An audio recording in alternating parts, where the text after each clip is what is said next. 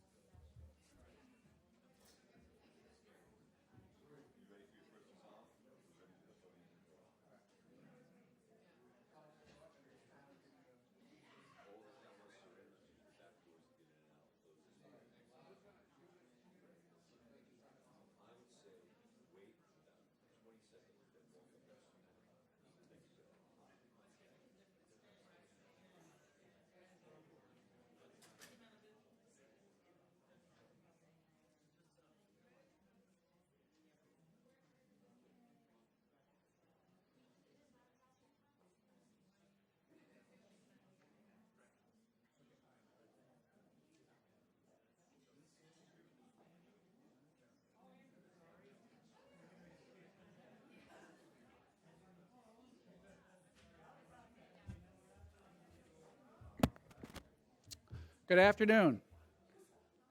I'm Chris Herbert, Managing Director of Harvard's Joint Center for Housing Studies.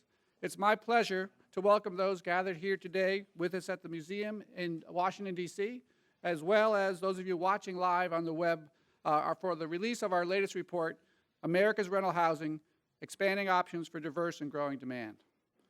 This year's report is the fifth in a biannual series that began a decade ago, undertaken with the generous support of the John D. and Catherine T. MacArthur Foundation and the Joint Center's Policy Advisory Board.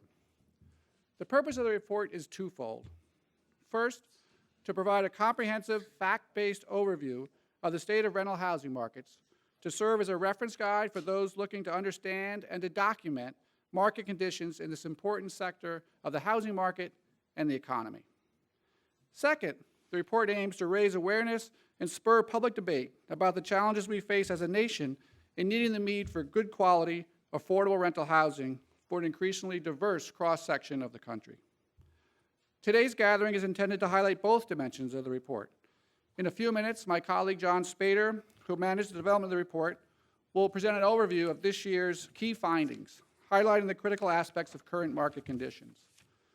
In short, over the past decade, we've seen a broad-based surge in demand for rental housing that's outpaced our ability to supply housing for all those seeking to rent, all of which has occurred in the context of falling household incomes. Together, these trends have created record numbers of Americans struggling to find housing they can afford. Following the presentation of the report, and in keeping with the goal of spurring a healthy and much-needed debate, we will then have a panel discussion moderated by Emily Badger of the Washington Post to explore the issues the report raises.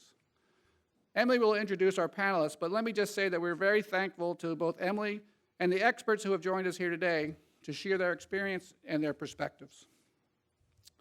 We'll take questions at the end of the panel discussion, both from those of you who are gathered with us here today and via Twitter from those watching from home. You can submit your questions and comment on the report and comment on the discussion using the Twitter hashtag #RentalHousing.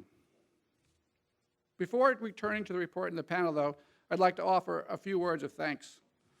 First, to the Joint Center staff who have worked extremely diligently to ensure that the report is comprehensive and meticulously accurate. I'm grateful for having such a dedicated and talented team at the center. Second, I'd like to thank an advisory committee that we put together who volunteered their time to provide invaluable input on both the scope of the report and the content of early drafts. The committee was enormously helpful in ensuring that the report covered important topics and was as balanced as possible. I won't go through the list, but the members of the committee are listed on our website where you'll find the report. We are indebted to them for their important contribution. And finally, I'd like to thank the MacArthur Foundation. Over the last few decades, the foundation has played a critical role in supporting efforts to investigate and document how housing matters for the well-being of individuals, families, and communities across the country, and in particular, how good quality, affordable housing matters. We're very thankful for the Foundation's invaluable support, not just for the Joint Center, but more broadly for the significant impact they've had across all of their endeavors in raising awareness and understanding of rental housing issues and in building the capacity of many organizations to address this vital need. We have Miho Vodopich with us today, the program officer from the Foundation, to say a few words on behalf of MacArthur. Please join me in welcoming Miho.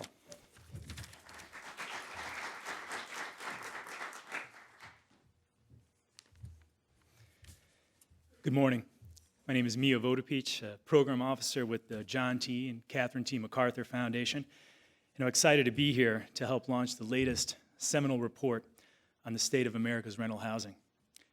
The MacArthur Foundation has spent more than 15 years and over $300 million across a range of initiatives, issues, and markets, investing in organizations with the simple goal of improving access to decent, stable, affordable housing for low and moderate income families. A vital set of investments the Foundation has made since the beginning of its work on affordable housing has been on research, data, and policy analysis. Our premise was that without current, reliable information about market dynamics, policy effectiveness, program accomplishments, decision makers at the local, state, and national level cannot make informed choices about how to direct resources, often resulting in negative consequences for families, communities, and the economy. Harvard's Joint Center for Housing Studies plays a critical role in ensuring that actionable, dependable information is available to a wide range of stakeholders dedicated to addressing the needs of, unfortunately, a growing segment of the American public. The Foundation helped establish the report and is dedicated to seeing its production through 2020. As we will hear shortly in detail, more Americans are finding it difficult to meet their basic need for shelter, and too often having to sacrifice other essential needs, like health and education, all just to cover their housing expenses. This is an exceptionally troubling trend for the world's largest, most dynamic economy, and one that the Joint Center has meticulously detailed. The MacArthur Foundation's goal now in this stage of our housing initiative is to ensure that research and evidence-based practices are driving conversations about how to improve housing policy, and importantly, how to align those policies and integrate them with other social and economic aims. We believe well-conceived housing policy, based on evidence, can positively affect health and well-being, educational achievement, and the overall life trajectories for the families and individuals we help house.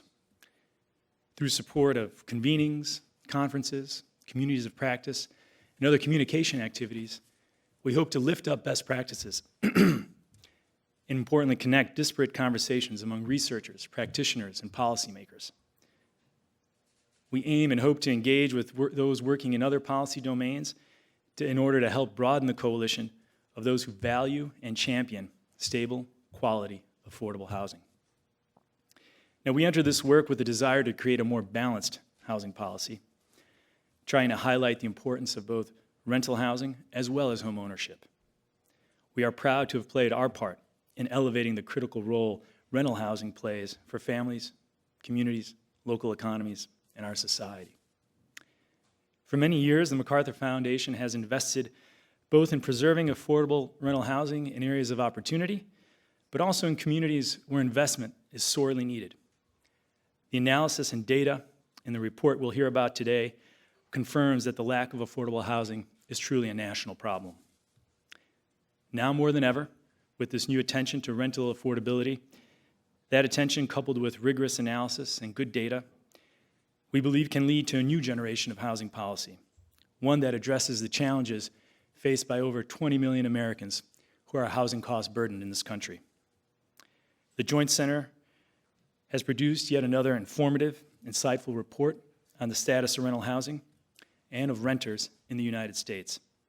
Now please join me in welcoming John Spader, Senior Research Associate at Harvard's Joint Center for Housing Studies, who will present the key findings from today's report, America's Rental Housing, Expanding Options for a Diverse and Growing Demand. Thank you.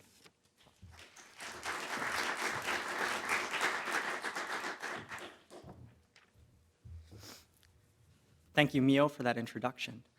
I'm going to spend about the next 30 minutes presenting the key findings and from the topics in the report. After that, we'll have about 75 minutes for the panel. For those of you following along at home watching the webcast, we encourage you to join the conversation by Twitter, again using the hashtag #RentalHousing, by submitting comments and feedback, as well as your questions. I'm told that that your questions may also make it into the panel discussion later on today. The slides that I'm presenting are visible to those in the room. For those watching on the webcast, they're also available on our website. If you'd like to see those or to be able to flip through them on your own, they're available from the website with a link just under the webcast, and I'd encourage you to download those as you watch the presentation. So I want to repeat Chris Herbert's thanks to MEO and the MacArthur Foundation for their continued support of America's rental housing. I also want to repeat his thanks to the advisory group. In addition, as you might imagine, a report like this can't be completed by one person. It involves a broad team from the Joint Center for Housing Studies, and so I need to say thank you to that team. In particular, Ellen Maria, who's with us today, as well as Marcia Fernald, John Skirchak, and the Herbert Group have been instrumental in making sure that the report is accurate, timely, and perhaps most importantly, ready for me to present today. So with that, I'll turn to the findings of the report itself. In 2015, we find the rental housing market in a position where we're experiencing increasing rents, reduced vacancies, and surges in construction that are important by historical standards. And so it's an important period to be paying attention to the rental housing market. Between 2005 and 2015, more than between 8.5 and 9 million new renters joined the rental housing market. That's upon a base of 34.1 million renters in 2005. We've added 8.5 to 9 million renters. That's the largest increase since the Joint Center has begun keeping track of the size of the rental housing market. That reaches 42.6 million renter households in 2015.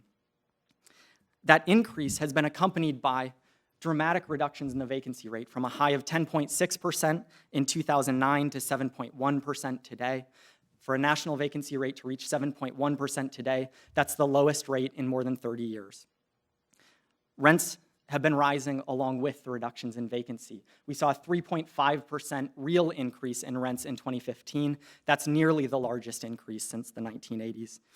Accompanying that is the fastest pace of multifamily starts since the 1980s, with 96% intended for rental, but raising questions about whether or not those additions to the rental housing stock are enough to keep up with historic increases in demand. So in the context of that market, I want to walk through what we know about the demand factors, the supply factors, rental market conditions, and housing affordability, and how those factors have emerged and combined in ways to bring us to where we are today in 2015. So to start with contributions to rental housing demand, we've seen consistent increases between 2004 and 2015 in the number of rental households, bringing us to the 42.6 million rental households that we see today. Those increases occur during a period when we've seen reductions in the homeownership rate from its peak prior to the foreclosure crisis to where we see it today at about 63% to just below 64%. Certainly those transitions from ownership to renting have contributed to the increase in the number of renter households, but they're not the only factor that's contributed to those growth. Demographic patterns and the structure of renters across different age cohorts is a second major contributing factor. To better understand that, what we've done is broken apart the increase. We take the 8.5 to 9 million new renters and break them into age cohorts to see where we've seen the greatest growth. We're often asked in reports like this what the surprising findings are, and I think this is one that fits in that category. That if we look, that the increases, the largest increases in the renter population are occurring in age cohorts that are occupied by the Gen X population and by baby boomers. Renters between age 50 and 69 saw an increase of more than 4 million new renter households between 2005 and 2015. And you can see that we break that out between contributions that are due to increases in the rentership rate and contributions that are due to population growth and other demographic patterns. Among the baby boom age cohorts, it's a relatively even contribution of each of those two factors.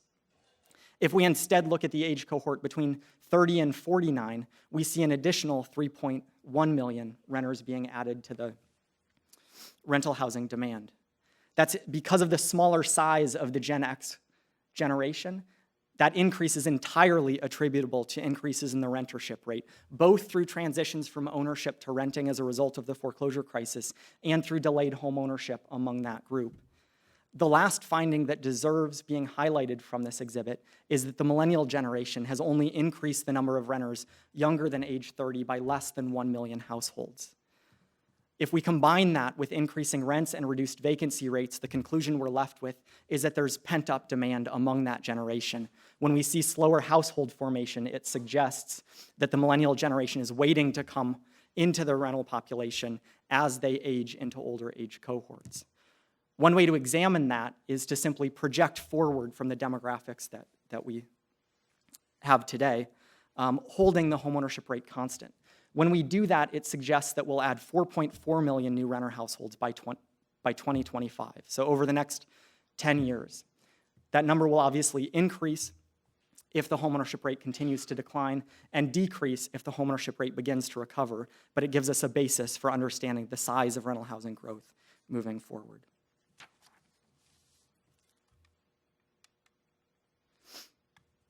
The broad base of growth in the number of rental households isn't limited across the spectrum of ages. It also spans incomes and household types, and a number of other demographics that we might also present here. So you can see the broad-based growth across age cohorts. Across incomes, we have a finding that suggests that statistics matter. If we look at growth rates by age cohort, we see the fastest rates of growth among households with incomes of $100,000 or higher. So if we look at growth rates, we see the highest rates of growth among high-income renters.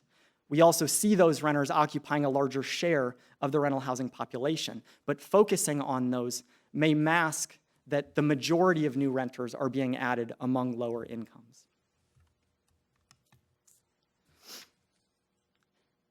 The broad base of rental housing growth is also true across the other demographic factors that we examine. One of the headlines this morning was that more than half of all renters today are age 40 or older, that the median age of renters has reached 40. Homeownership rates typically increase with age as you move into older cohorts, and they're typically highest among households in their 60s, but even at that age, 1 in 5 households rents. And so if there's one conclusion I want to leave you with today, it's not only that we're seeing dramatic growth in the renter population, but that growth encompasses a diversity of different households with a diversity of needs for different units.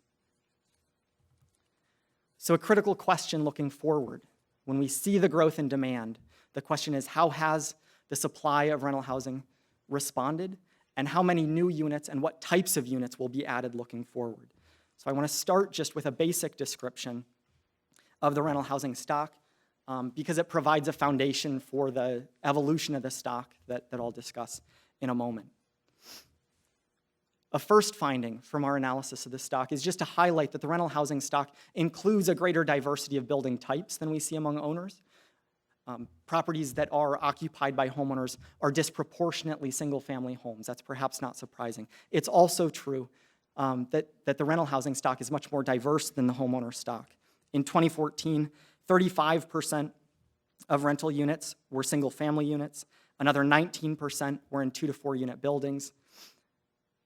But those figures also challenge the typical image of a rental apartment as being located in a large multifamily building. In 2014, only 17% of all rental units were located in buildings with 20 or more units in the building. That's true even if we zero in on central cities.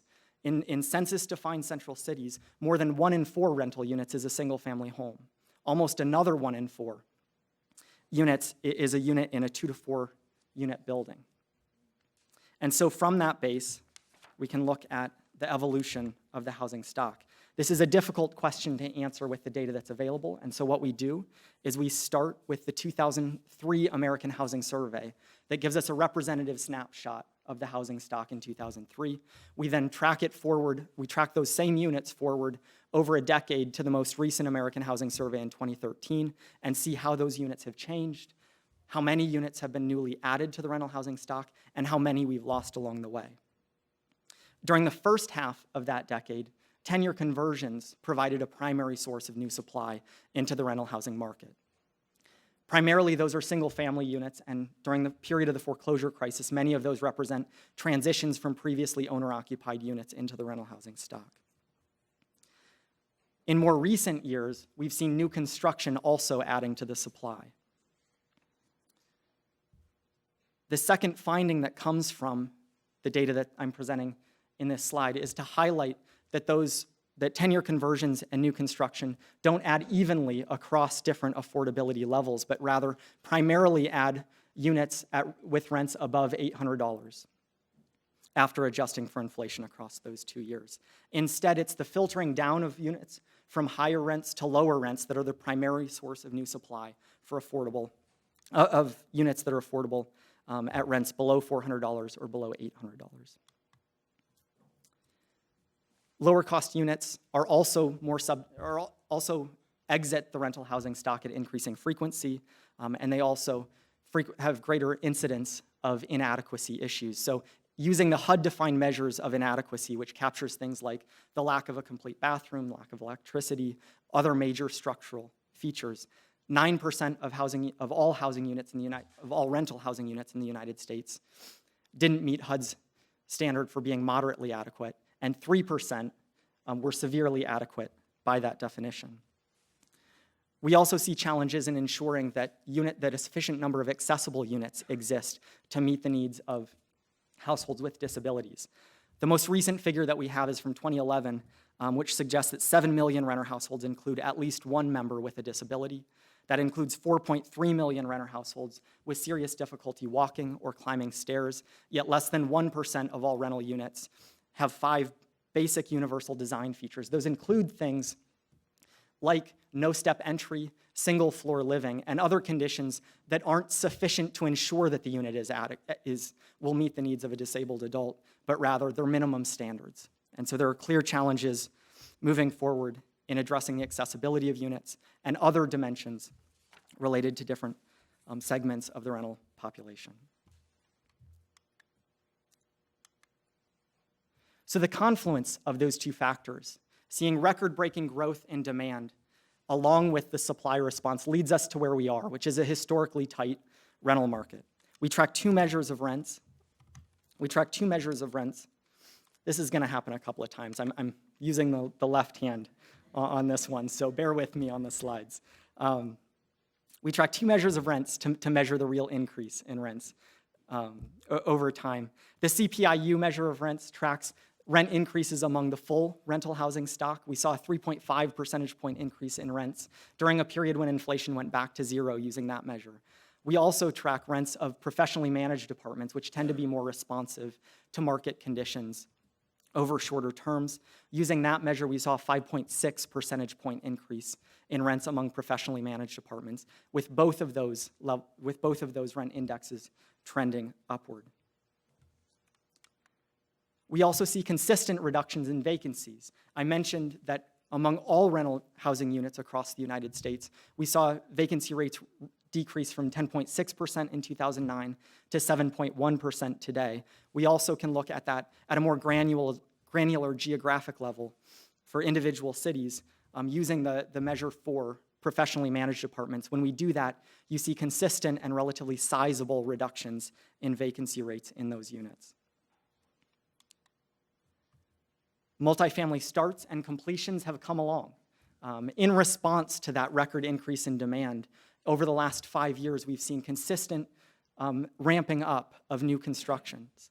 So 2015 is currently on track to add 313 completed rental apartments this year, and on track to reach 400,000 rental housing starts, or multifamily starts, through the end of 2015. The multifamily starts measure in particular is interesting because it's above any level that we've seen since the 1980s. We extend the time frame for this particular statistic to remind ourselves that those levels are not unprecedented. In the mid-1980s, multifamily starts reached approximately 650,000 units in a year, and in the early 1970s, they went above 1 million. And so we see increases and high levels of starts responding to add newly constructed units, but those levels are not unprecedented. As you might imagine, tight rental market conditions mean that rental property owners and investors are seeing strong returns, and that is the case consistently across the measures that we track. Using the commercial property price index for apartments from Real Capital Analytics, we see that rental apartment building prices have recovered from their pre-crisis peak. They reached that level in 2013, and they currently have increased to 33% above the pre-crisis peak. And you can compare that with what we observe among single-family homes, which are only recently returning to pre-crisis levels. Those increases are accompanied with strong returns on multifamily properties. The National Council of Real Estate Investment Fiduciaries, their data suggests that annual returns on multifamily properties increased to 12% in the third quarter of 2015. That's 2 to 3 percentage points above what we've seen in recent years. Net operating income for institutionally owned apartments has also shown steady and consistent increases. Improvement spending on rental apartments increased from $50 billion in 2010 to nearly $60 billion in 2014. So across measures, you can see strong returns for owners, with improvement spending suggesting that some of that growth may be being reinvested in properties. The one measure that gives us some pause is that capitalization rates for investment-grade apartment properties declined to just under 5% in mid-2015. So a capitalization rate is net operating income as share of purchase price. So there are a couple of different, that measure may point to a couple of different conclusions about whether or not the growth in the rental housing stock will continue to increase in the future. But it's the one measure that may suggest slowed growth moving forward. Multifamily lending has also grown in tandem with the introduction of newly constructed units. Mortgage Bankers Association data shows us that the outstanding volume of multifamily loans hit $1 trillion in 2015 for the first time. If we instead look at the volume of loan originations, we see steady and consistent increases. The government footprint, so the GSA and FHA share of originations, approximately doubled between 2009 and 2014. Over that same period, the private originations increased by more than 600%.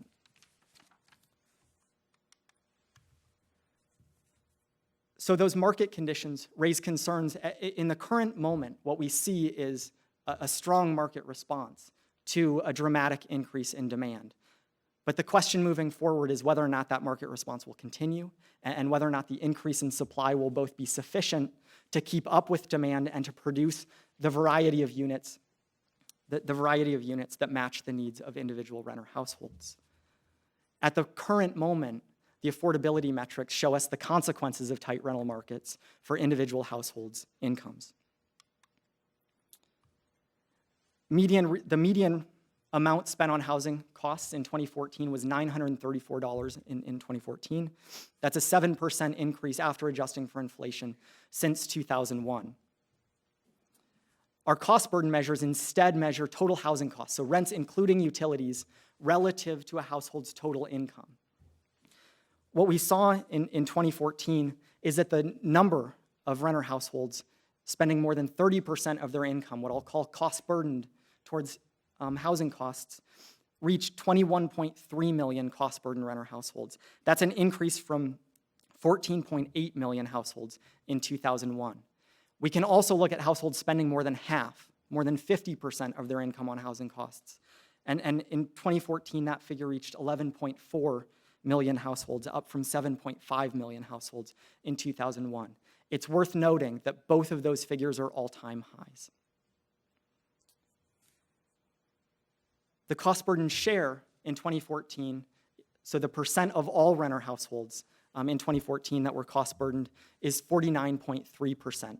That's slightly down from the peak in 2011, but well above the rate of 41% that we saw in 2001.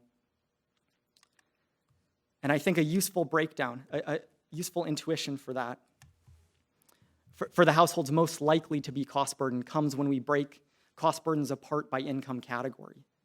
If we do that, among lowest income households, it becomes clear that cost burdens are almost universal. For households whose total incomes are below $15,000, more than 80% were cost burdened in 2014. More than 70% faced severe cost burdens. The second finding that I need to highlight with these figures is that if we instead move up to middle incomes, so for households making between $30,000 and $45,000 and between $45,000 and $75,000 a year, we see the largest increases. In both of those categories, the cost burden share increased by about 10 percentage points between 2001 and 2014. Those figures suggest that cost burdens are increasingly becoming common among middle-income renter households. There's a geographic component to this as well, and among middle-income households, those increases are most severe in high-cost markets. But if we instead look at households with incomes below $15,000 per year, almost universally, more than 80% of renter households with those incomes are cost burdened. If we instead move up to middle income households, you can see that they vary from being nearly the same, above 80% in high cost markets, to below 50% in markets like Phoenix, Houston, and Detroit.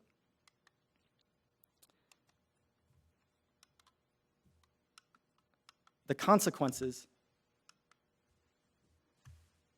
The presence of housing cost burdens eating up increasing shares of households' incomes carries real consequences for the well-being of households. So in order to assess this question, we use consumer expenditure survey data and focus on households in the bottom expenditure quartile. When we do that, it becomes clear that households with severe housing cost burdens, so paying more than 50% of their income towards housing costs, have on average only $500 left to pay for all other expenditures per month. And we can compare how they allocate those expenditures to households with similar expenditures that don't face housing cost burdens. When we do that, you can see that households facing severe cost burdens spend on average 60% less on transportation. That may be somewhat of a mechanical effect, as households may trade off higher housing costs for locations and lower transportation costs. But it's harder to make a similar argument about things like food expenditures. And so on average, we see that households with severe cost burdens spend 38% less on food, 55% less on healthcare, and for working age renters, 42% less on retirement and pension savings. Those figures raise multiple policy challenges, and I should mention as a caveat, for the sake of time, I'm going to move on to the policy challenges and focus my comments here on rental assistance. There are clearly a number of other policy challenges that could deserve a separate presentation and panel discussion today. In the report, we have a section that's devoted to the energy efficiency of the rental housing stock, as well regulations and barriers to the development of new units and to increases in the housing supply also merit discussion, and I expect that the panel will engage with those issues further. What I'd like to do with my remaining time is simply to provide some basic statistics that provide a snapshot of current funding levels and availability of rental assistance to frame the conversation in the panel. So over the same period that we've seen dramatic growth in the number of rental households, we see stagnant levels of funding for rental assistance. Real funding for HUD's three largest rental assistance programs in the 2015 fiscal year remains below its level after adjusting for inflation in the 2008 fiscal year. During that same period, we saw the number of very low-income households making less than 50% of the area median income, and those eligible for rental assistance increased from 15.9 million in 2007 to 18.5 million in 2013.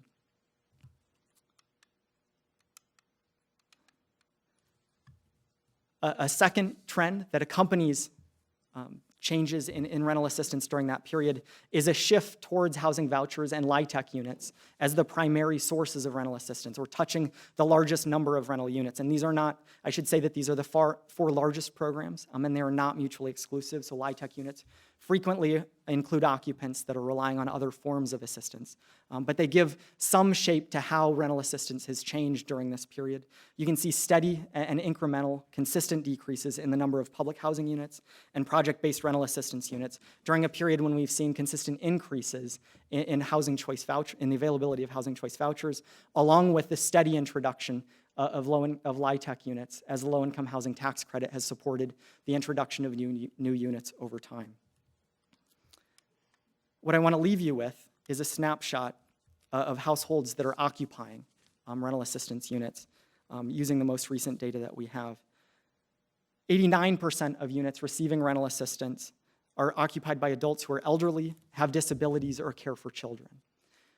I think that it's useful as an endpoint because it brings us back to renter households themselves and to the households that are occupying rental units. These are certainly not the only dimensions or vulnerable populations that are of interest to federal policy. They're simply the ones that we have data on. It's worth emphasizing that rental assistance also provides critical support in response to homelessness and can provide a platform for delivering integrated services targeting other vulnerable populations of interest to federal policy. And so with that, I'd like to conclude, and I will turn it over to the panel. So if I can have the panelists go ahead and come up on stage. While they're doing that, I'll introduce the moderator. We're extremely lucky to have the panel that we have today. And I'm pleased that Emily Badger of the Washington Post has agreed to be with us to moderate the discussion, and I'm looking forward to the discussion. I hope many of you are already familiar with her work. For those of you who are not, I'll just say that the time invested is well worth it to learn from the work that she's done on these issues. And so with that, I'll turn it over to Emily to introduce the panelists. Thank you. Thank you so much. I should in fact say that everything that I know about these topics comes from interviewing Chris and other people, so I'm really just a pass-through of information about these topics. But anyway, thank you guys so much for joining our panel. We have a fantastic group of people up here who represent both folks who are researching housing, thinking about housing policy, but also some of the people who are actually building housing, both market rate housing, affordable housing, who have promised to reveal all of the secrets of how they actually get those things done. But we've already met Chris Herbert, who's the managing director of the Joint Center for Housing Studies at Harvard. Sitting next to him is Ellen Seidman, who's a senior fellow at the Urban Institute, where she focuses in particular on issues having to do with housing finance and community development. Sitting next to her is Paul Roldán, who has joined us all the way from Chicago, where he's the CEO of the Hispanic Housing Development Corporation and where he has been involved in actually developing a lot of affordable housing. And then at the far end, we have Toby Bozzuto, who's the president and CEO of the Bozzuto Group, which has developed thousands of units of market rate, mostly rental housing, including in particular in the Washington D.C. area. A lot of the buildings that you see going up in Washington, Toby is personally responsible for putting them there. So I wanted to start by talking about who these renters are, who we're talking about. When we're describing a historic rise in the number of renters in America, what I'm particularly struck by is the fact that we are not just talking about 20-somethings, single people, low and moderate income renters. I mean, one of the takeaways of this report is that the rise in renters is being driven by every single demographic you can think of. It's not just single people, it's also families. It's not just moderate income people, it's also people making more than $100,000 a year. And I think that this fundamentally sort of challenges a lot of the stereotypes that we have about who renters are. And Toby, I think that you're particularly well positioned because you're responding to demand. To tell us a little bit about whether or not the demand that you're seeing looks different now from what it looked like in the past. Thank you. First of all, thank you for having me. The demand we've seen, let's call it in the past 5 to 7 years, is markedly different than that we saw before 2008. My company specializes in mostly high-end rental housing, although I'm very privileged and blessed that we do 1 or 2 affordable projects a year. But I'll speak mostly to the market rate side of the business, as the other panelists can more than speak for their side.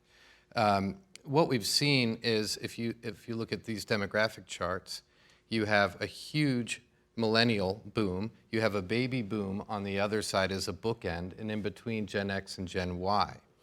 All of these divisions, for different reasons, are renting versus owning in disproportionate numbers than we've seen before, perhaps mostly attributable to the credit collapse of 2008. So with lack of credit availability and the bloom was off the rose, if you will, about for sale housing, more and more people are viewing renting as a choice. Now again, I'm only speaking to this higher end, so forgive me. There are certainly people that see renting from a different perspective, which is that of need versus choice. So long story short, we're seeing millennials come in droves. We're seeing Gen Y and Gen X delaying household formations till their early 30s, which is another trend that we're seeing. And then we're seeing some baby boomers return to the cities, which is mostly where we build. You mentioned that's what's going on at the top of the market, but some very different things are happening at the bottom. And I think that's another very big takeaway of this report. We're talking about two very different stories of what your experience of the rental market is. If you have a lot of money, you have a lot of options, a lot of stuff is being built for you, or if you're at the bottom and increasingly, your housing burden is getting worse and worse and affecting sort of your ability to spend money on other things. Paul, you are working more in Chicago with people who are dealing with that sort of other side of this story. Do you see that people who have had a hard time finding affordable housing are having a harder time? I mean, how much do you feel and witness in Chicago the pinch that's happening on people who are closer to the bottom of the income spectrum? It's enormous, especially because Chicago is a city that increasingly has a substantial portion of it being gentrified. There's a lot of bad things going on in Chicago, but there's a hell of a lot of good things going on as well. There's about a mile and a half, square mile section of downtown Chicago where the population has doubled over the last 10 years and extremely more affluent than the rest of the city. And so that has an impact on what were working class neighborhoods 10, 15 years ago. Rents going up, income staying the same, people trying to grow their families, and it's increasingly a challenge to find housing that meets your family's needs and meets your pocketbook as well. One good example of that is that we last year finished building, it was an elderly building, we've had same situation with family projects as well, 72-unit apartment building, we had 900 applicants for those apartments. Every time we do a project, more people hate us than like us. It's not a good thing. Mm-hmm. Ellen, who are you worried about? I mean, I think there's reasons to be worried about a lot of people, not just the people on the bottom, because we've also talked about, cost burdens are starting to creep up the income spectrum. Even people who think that they make a fairly decent amount of money are still having a hard time. Mm-hmm. In your mind, where should we be focusing our attention? Who should we be worrying about here? Well, I think the moral of the story of the report is we ought to be worried about everybody. Yeah. But I think there are two groups that I want to highlight that we sometimes don't focus on. One is families. And you saw from the report that adults with children are one of the groups that are increasingly in rentals. Now, there are multiple stories here which are kind of interesting. One is that in some way they may be having new opportunities. So people who formerly might have wanted to buy but not been able to buy may now have an opportunity to rent a single-family house in a location that may give them access to good schools and other amenities that formerly would have been difficult to get on the rental market. That could be good, but one of the things we don't know is what's going to happen to those single-family rentals. How long are they going to stay in the single-family rental stock? Because their presence in the rental stock depends not only, of course, on the renter, but also on the landlord. And while many of those landlords are and always have been people who owned 1, 2, 3 properties, we also know that in certain markets, a lot of those homes are owned by institutional investors, and we're going to have to wait and see exactly what their long-term intentions are. So that is one positive potential perspective with respect to families. I'd say a significant negative potential with respect to families is the continuing filtering out of the stock of 2 to 4 family homes, particularly in older cities. And for a lot of reasons, we're not building any more of those. If land costs a lot of money, putting only 2 units on when you could put 5 or 10 doesn't make a whole lot of sense to somebody who's developing. A lot of those buildings are owned by people who are not professionals and are strapped for reserves, and therefore you get deterioration.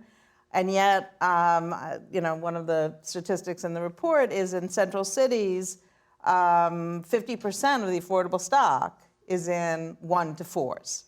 So the family situation is something I am quite worried about. I'm also worried about the older Americans, and actually Chris is a real expert on that, so I'm going to hold off there, except other than to say that the housing cost burdens of older Americans, both owners and renters, are bad and only going to get worse.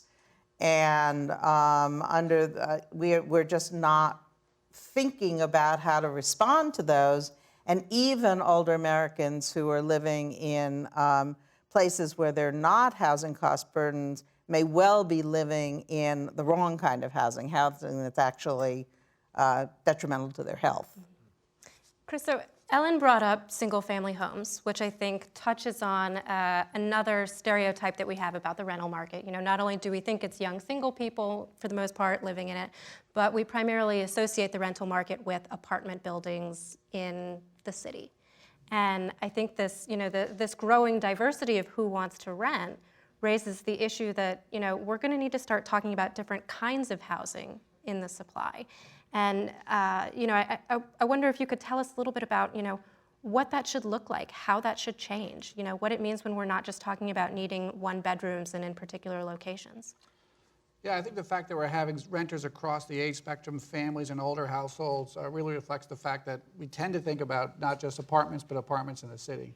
But people live in suburbs who want to rent. And as Ellen pointed out, families with children may want to live in suburbs both for their open spaces, for their schools and the like. And so I think we do have to think about how do we have a broader range of housing available. And I think that it's very difficult. You do get into these trade-offs. So, we're going to help the elderly, we're going to help families with children. And I'd like to think about this as a way of, if you think about a broad range of housing that can serve multiple demographic groups. So for example, if we think about suburban areas and say, as households age, some of them will be renters already, but many of them are in single-family homes. They may be well suited to move into apartments, into smaller housing units, denser housing, close to the suburban centers. Mm-hmm. That same housing would work well for millennials and other young households trying to get started. So I think we need to think about a diversity of housing types and a diversity of locations, all of which I think will help people at each part of the housing spectrum. Mm-hmm. Well, I want to come back in a little bit to talking about the existing housing supply, which Ellen touched on, because the vast majority of our housing is housing that's been here for quite a while. But I think one of the trends that a lot of people are picking up on, if you're not a housing policy person, if you don't research housing, but you just happen to walk through a city like Washington, is the fact that the new supply that's being built overwhelmingly looks like new housing that's being built for people at the very high end. Mm-hmm. And in fact, some of the data in the report really points to the fact that there's a very stark mismatch between the income makeup of the entire sort of renter community and the income that you would need to rent the type of new housing that's being built. So since we have Toby here and he develops a lot of the market rate housing that I'm talking about, including particularly in Washington, I thought this is like my great opportunity to ask the question I wonder as I bike to work every day past these buildings, which is, why is so much of the new housing that's being developed, the new apartments that are being developed, why are they targeted at the high end of the market? Why doesn't the new housing that gets built more accurately sort of match what I think the demand is? Yeah, I think you've cued in on a very real and obvious problem. It's almost a tragedy in that only very high income earners can live in cities for the most part, which unfortunately is where the jobs are. So as you get further out the continuum of affordability, people are commuting hour and a half to get to their jobs in the city. So we build market rate housing, as we mentioned, and the reason why everything we and our competitors do is so expensive is that a 2x4 does not care whether it's in a high-rise or in an affordable building. It's the same cost. Labor, same way. So materials, labor, land price, et cetera, local regulations, all these things pile on. And when you go to build a building, should you choose to build a building where I like to build, which is near jobs, right? That's my driver. The costs are so high that to get an economic return that is financeable, rents have to be at the top end of the spectrum.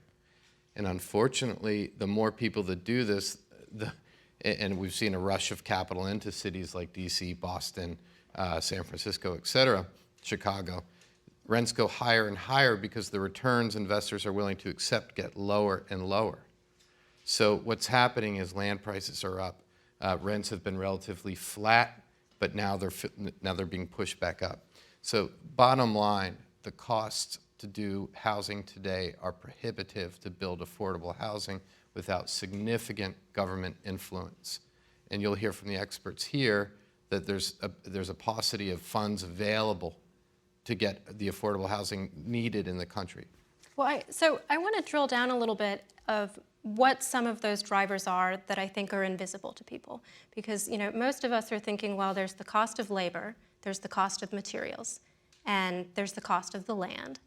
But in fact, there are a lot of regulations that exist today that you have to contend with, whether it's a requirement to build parking that your tenants don't actually want to use because they don't own cars, whether it's forces that are influencing the shape of the building that you can make because we have a height restriction in Washington. How much do those other factors having to do with, the mysterious ways that we regulate land use and that, communities restrict what they want built in their neighborhood, how much does that contribute to the rising costs of building the type of apartments we're talking about? Sure. You're on the spot here, too. Yeah, I'm on the spotlight.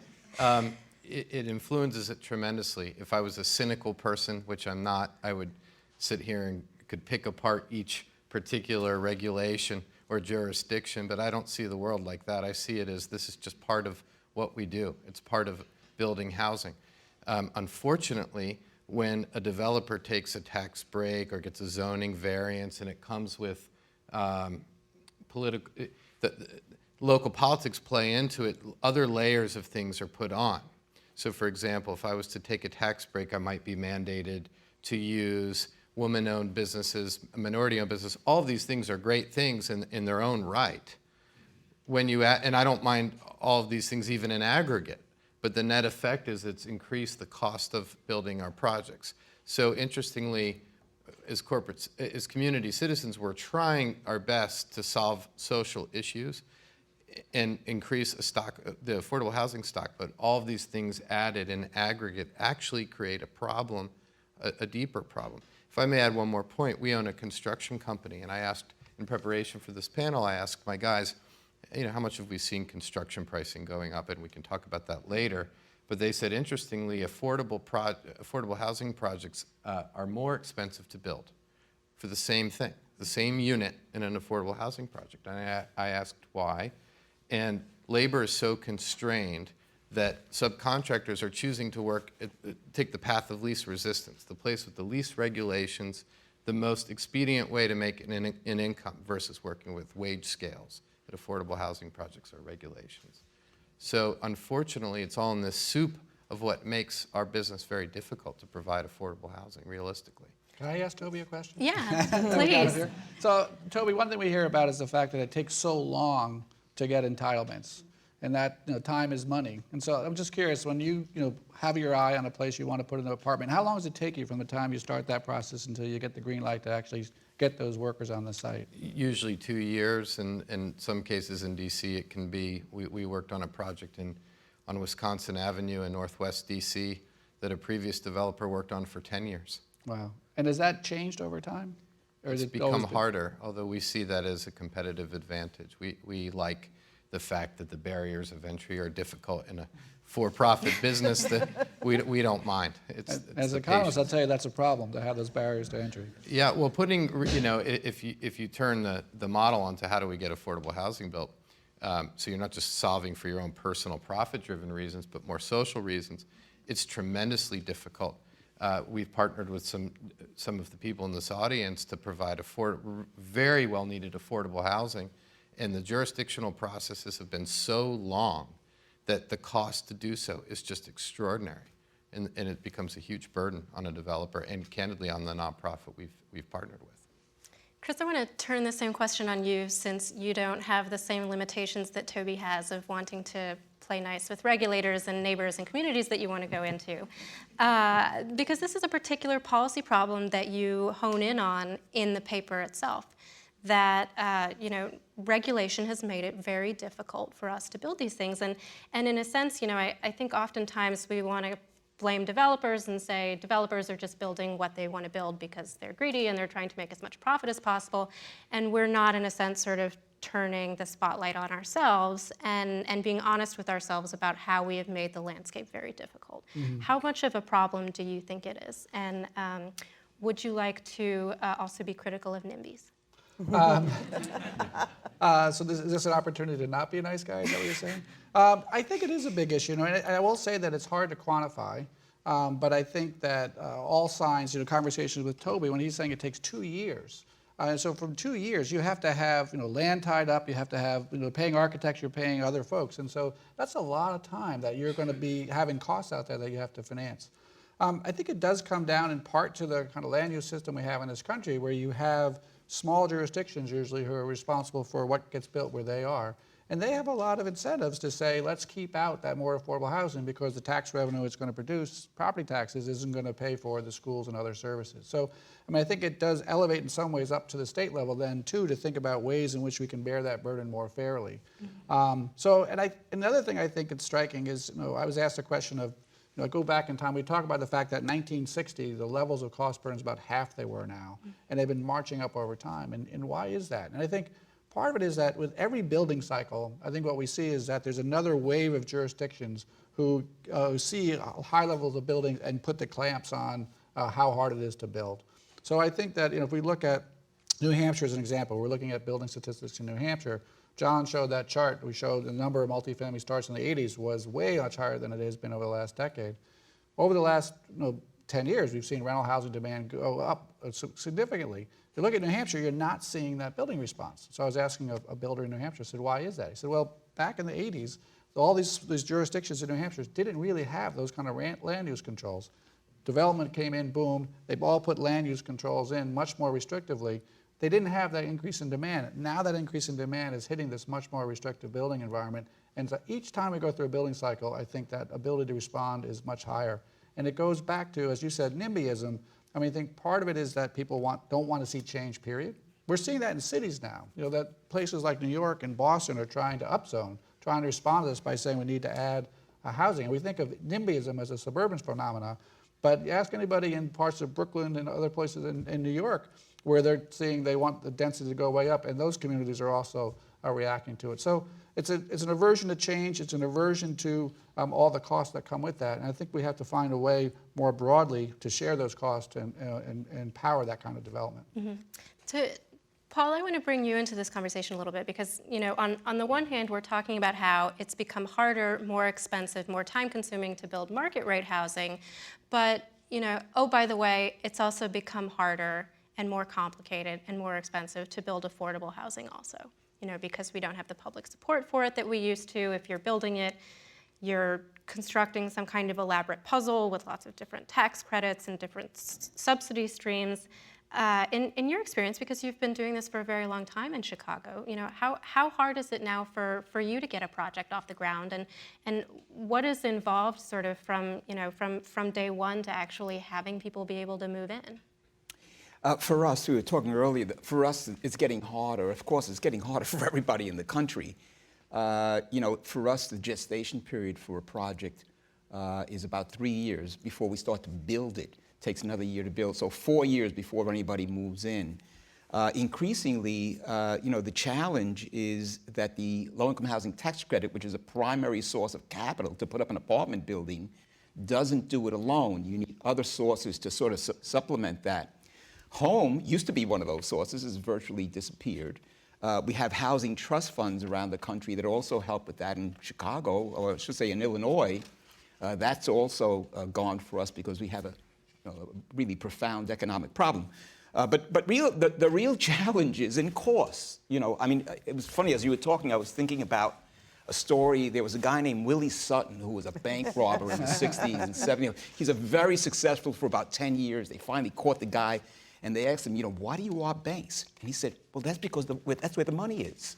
And in a sense, market rate developers build where they build because that's where the money is. And for us, we're sort of violating this developer's axiom of minimizing risk, maximizing capital, where we're taking substantial risk, putting a lot of money out there for a long time with the hope that very often we can persuade the community that this housing is really for their children, for their grandchildren, for the cop on the beat, for the nurse that's at the hospital, for people who are, and I think that's part of the problem. It's really not a matter of semantics. It's a matter of we need to have some sort of marketing effort to talk about what affordable housing really is. When we used to have Section 8 housing, it became something terrible. For most communities, it was a fear that you were bringing gangs, guns, and drugs to that block tomorrow. And so we changed it to affordable housing, then workforce housing. Point is, I think we have a challenge in getting the world to understand that this is a very important, a valuable resource for families making their way through our society as they evolve economically, and for elderly people as well. One of the important statistics in this report, for me, was a shock, was that the most severely cost-burdened demographic in this country are people 75 and older. This is a group that got clobbered when the downturn happened, and they had their pensions on Wall Street and all of that. And their houses were paid, but they were worth less half than what they thought they were. So for us, the challenge is the economics, and certainly one of those problems with economics is Davis-Bacon. This has nothing to do with breakfast. It's not. It's a huge problem because Davis-Bacon requires that we that are building affordable housing have a competitive disadvantage to market rate builders. We have people in Chicago who are building apartment buildings, 20-unit apartment buildings in neighborhoods, who are paying folks $25 and $30 an hour.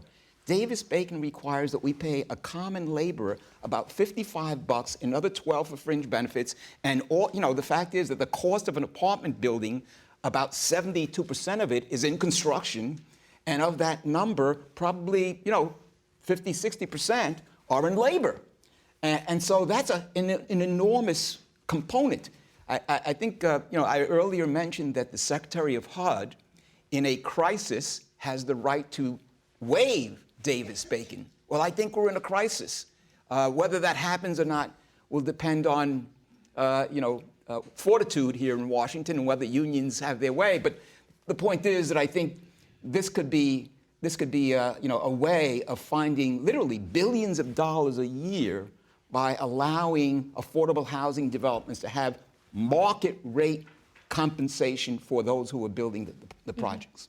So, I want to come back also to some very sort of specific policy ideas that might help solve some of the problems that we're talking about. But before we get to that, I mean, there is a larger problem, which is that quite literally, Ellen, we're just not throwing a lot of money at affordable housing at the federal level to the point where it's about 1 in 4 households who should qualify for some kind of housing assistance who ever actually get it because we just don't provide enough of it to meet the need. And one of the particularly remarkable things about the housing problem is that other forms of assistance and benefits that we provide to people in times of need contract and expand depending on the need.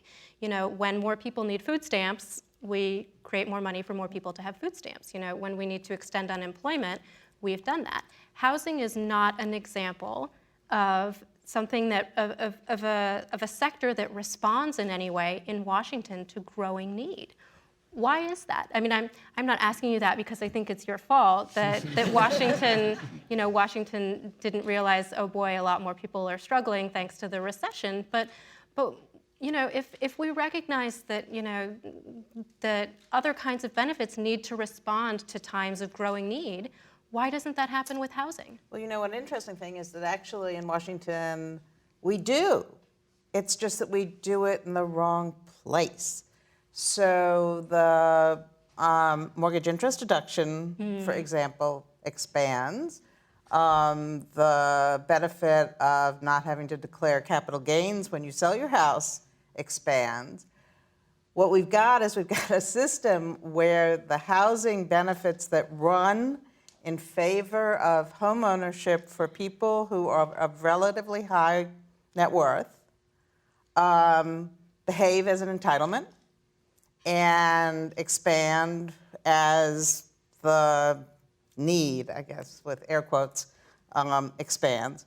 Whereas the subsidies that we provide for lower income people are on budget, and housing is the sort of missing element in every political campaign. It's really quite amazing. Even when domestic issues are being talked about a lot, housing is not talked about, and it certainly is not talked about in a way that focuses in on the needs of lower-income Americans for rental housing. Now, there are some structural issues also. You can turn food stamps on and off a good deal more easily than you can build new housing. You've got a long lag time. One of the issues that I know that people are beginning to think about in Washington is, are we going to end up in an overbuilt situation? And these long lead times only make that worse. So there's some structural reasons why it's hard. The other structural reason that makes it hard is once somebody has housing assistance, it becomes extraordinary. I mean, the rules of the game, in addition to just the rules of possession, make it very difficult to move somebody off of that assistance. Public housing was originally built to be transitional, and it hasn't been transitional for many, many, many years. So I think there are a lot of reasons, but I think it really is important to remember that, we got housing entitlements, they're just in the wrong place. Mm-hmm. So I was going to ease us into the mortgage interest deduction a little bit later, but since Ellen already went there, crazy hypothetical situation, we decide to make that investment in a totally different place, never mind how we get Congress to agree to do that. Right. Paul, what are we spending that money on? What should we spend that money on? Geez, you caught me off guard. I've never thought for the last 20 years that there'd be more money. What would be a better use of money that we spend helping people with housing if we were directing it towards the people who really need the help? Yeah, well, one area is, families and growing families, both black and brown, have a huge demographic, children, all of that. And one of the ironic good things about this downturn in 2007, 2008 was, and the 8 million foreclosed homes that were in part the result of that was, that the tax credit program until that point, building for families, were for the most part building one-bedroom apartments, on the average one-bedroom apartments. I mean, those units in some large cities were costing us $325,000 a unit. In Chicago, there were neighborhoods, working-class neighborhoods, where homes were selling, a bungalow for $250,000. All of a sudden, you can buy them for $80,000. And you know what? They were 4-bedroom, 2-bath apartments. They fit a family very nicely.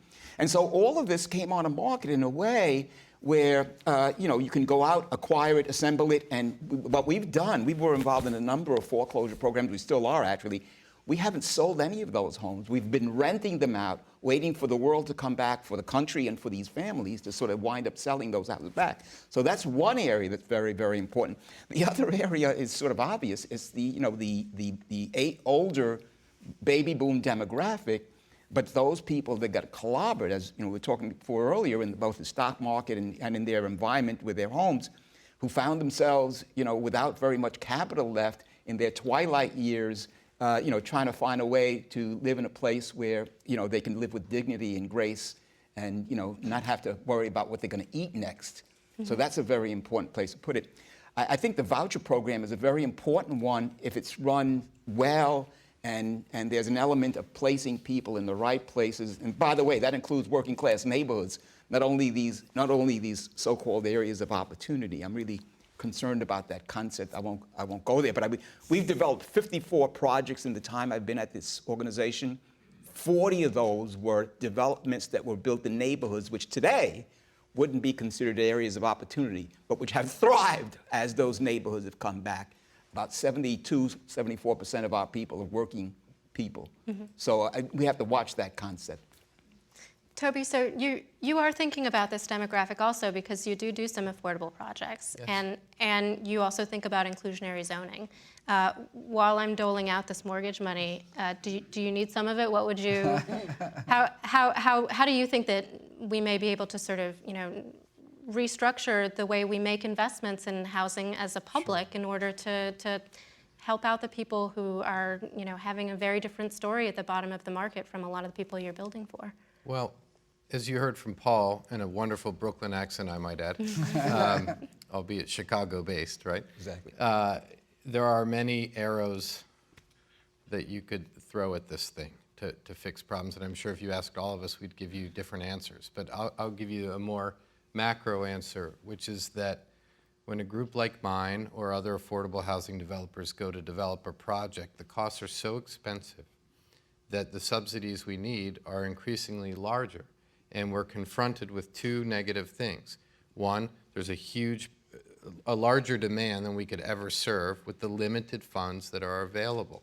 So via some program, whether it's vouchers or an increase in the LIHTC program or the home funds that you referred to before, which have been cut, mostly cut, from what I understand, by injecting these or other sources, then you're enabling a developer, whether it's for-profit or nonprofit, to actually finance a project. It's as simple as that. It's not that we don't want to do these things, it's that we can't. For my company to compete to get low-income housing tax credits, you enter a competitive round, as you know. For my company to do that, we have to make the decision to enter a competitive process, i.e. a lottery based on a lot of wisdom, but nonetheless a lottery. And the more finite the prize is, the harder it is to do it. Jurisdictional requirements say you have to spend all this money to apply for these LIHTC credits. So we may be out $1 million hoping to win a deal. Or we could take that same $1 million and put it towards a market rate transaction. So let's say we go through all these steps, we win the deal, life is good, and then we find out, lo and behold, the uses far outweigh the sources available. So I guess I keep coming back to the fact that we need more sources or more subsidies to encourage what is becoming an epidemic of a lack of affordable housing in this country. Yeah. So I think there's some other implications here. One is, you asked the question earlier about land use restrictions and all of those. We do need to tackle them. We shouldn't just keep assuming that we should make the subsidy bigger and bigger to deal with the restrictions. Having said that, to the extent that we can mix incomes and put affordable units into buildings that also have market rate housing, the economics that say if you build 100 units, it doesn't cost you 100 times more than building one unit, definitely will benefit the affordable housing piece of it. And the other thing is, I was just looking at a presentation that one of my colleagues did a couple of weeks ago about affordable housing, subsidized affordable housing, LIHTC and others at risk. And for example, in the District of Columbia, we have about 40,000 units of affordable housing that is at risk from expiring subsidies. Half of them are across the river.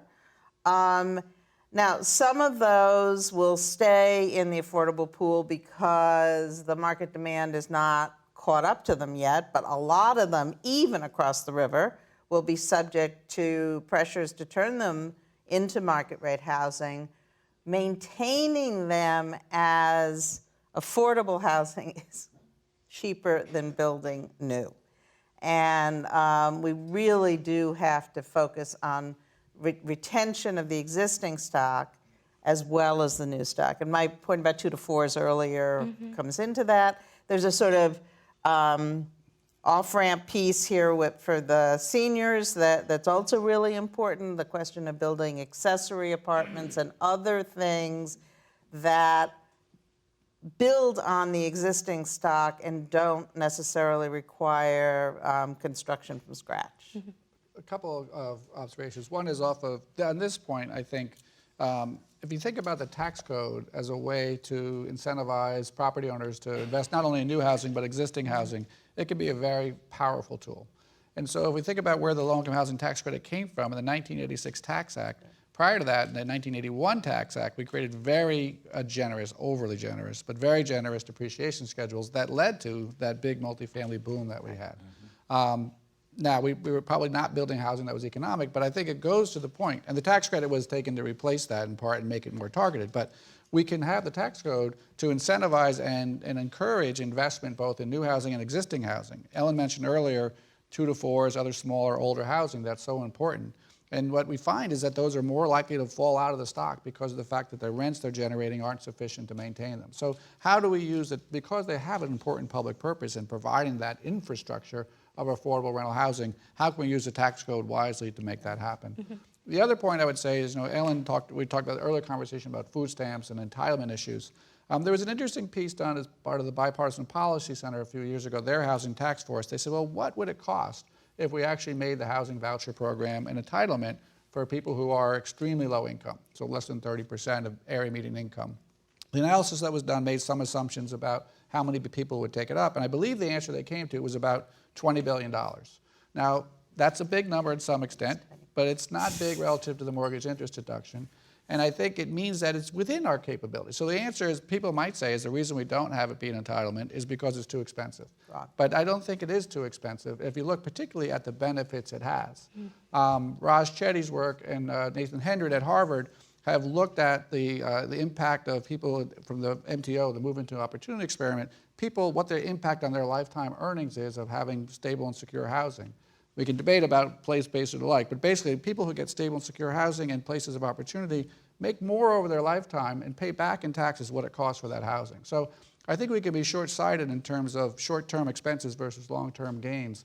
But I do think that if we're going to make that investment, what we want to make sure is that assistance is, as we say, a platform for opportunity. And how do we use that period of stability and security in a person's life to help them get to that next level and not have this kind of face that's cut off. When my income grows, I'm going to lose everything. So we have to make sure that the assistance programs provide an incentive and encourage and support to move up the ladder and then free up those subsidies for the next people who need it. Two things that I would add to that. One is that in existing affordable housing, there could be enormous savings achieved with energy conservation. We started a affordable housing-oriented ESCO, Energy Services Company, about 3 years ago.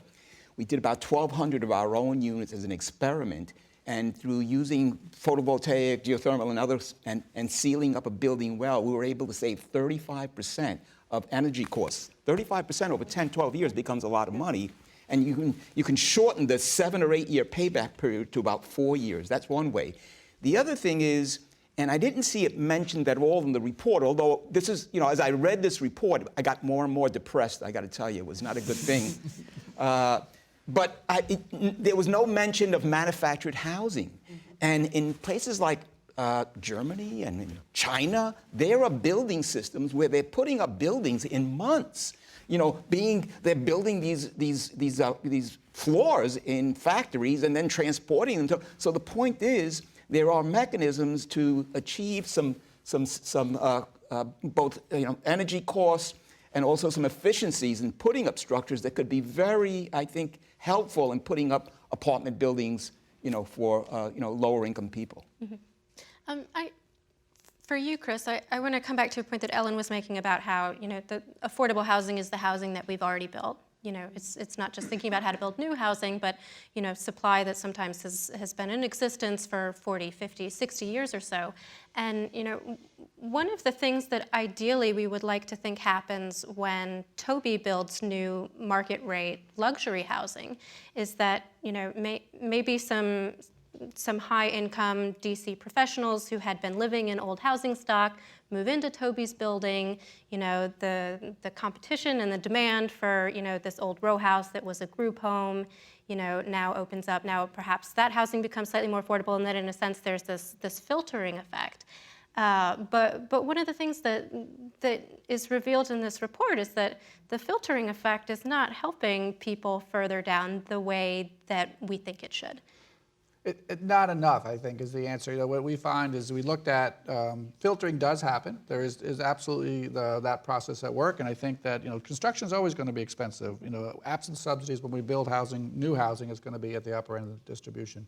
We can probably build more moderate income housing than we're building now, and we probably will once Toby's filled the last of his luxury units, and there's incentive to start moving down as well. But filtering definitely happens. I think what we're finding now. Couple things. One is that when you have as broad an increase in demand as we're having, there's increasing demand at every point of the spectrum, and there's going to be less downward filtering and probably more upward filtering, particularly in these gentrifying areas and inner city neighborhoods. So there's going to be a need to add a lot of housing, and the more we can add at different points of the rent distribution, the better.